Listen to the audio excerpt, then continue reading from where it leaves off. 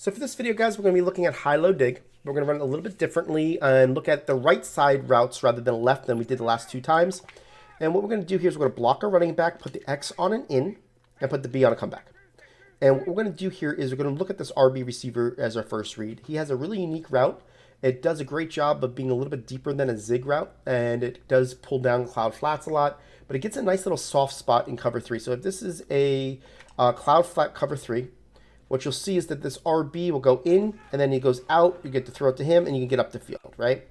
It does put a little bit of a strain on the user to cover it. So if the user covers it, say that player is the user right there, he covers it, then that's going to kind of open up the ability to throw it to either the A in the seam or the X coming across, depending on if the safety rotates in time. So say the guy goes over there, now we're going to throw it to this player, and you're going to have some good opportunity to hit that spot if he over-rotates. If he kind of plays it slow, typically speaking, I'm not going to test the user that he can turn his back and catch that ball. So what I'm going to do in that instance is I'm going to wait for the X to come across. So say he's just playing that route a little bit slower here. You say maybe he's going to kind of cover the A and the RB, then he jumps that. Now you're throwing it to this player, and you're going to get yourself some yards that way, right? So that's how we kind of run that to the cloud flat scenario. Now, if they're in hard flats, what you're going to notice is that you're going to have the ability to hit that comeback. But I want to kind of talk about these hook curls. These hook curls will allow the seam route to go by them. And because it's not a straight seam, a lot of times, because it takes a little bit longer, we have the ability to kind of move him from left to right as far as our throw. And if the user is on this player here, and they let this Chung player be a hook curl, and they think that that guy's going to cover the seam, he doesn't when it's hard flats. He's going to let him go by. Let me show you what I mean.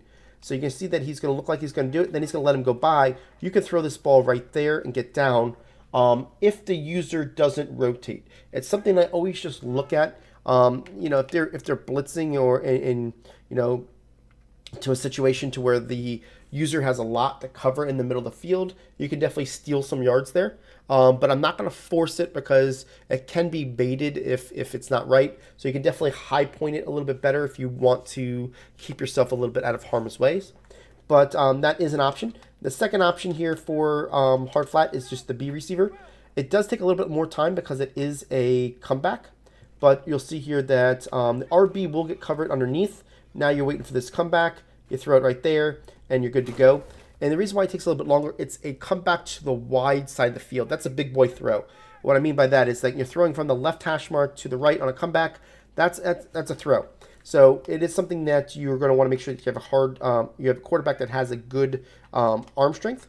But then you also always have the X underneath as well. You know, if they rotate and everybody is going different directions, you can definitely throw it to this guy underneath and get yourself some yards.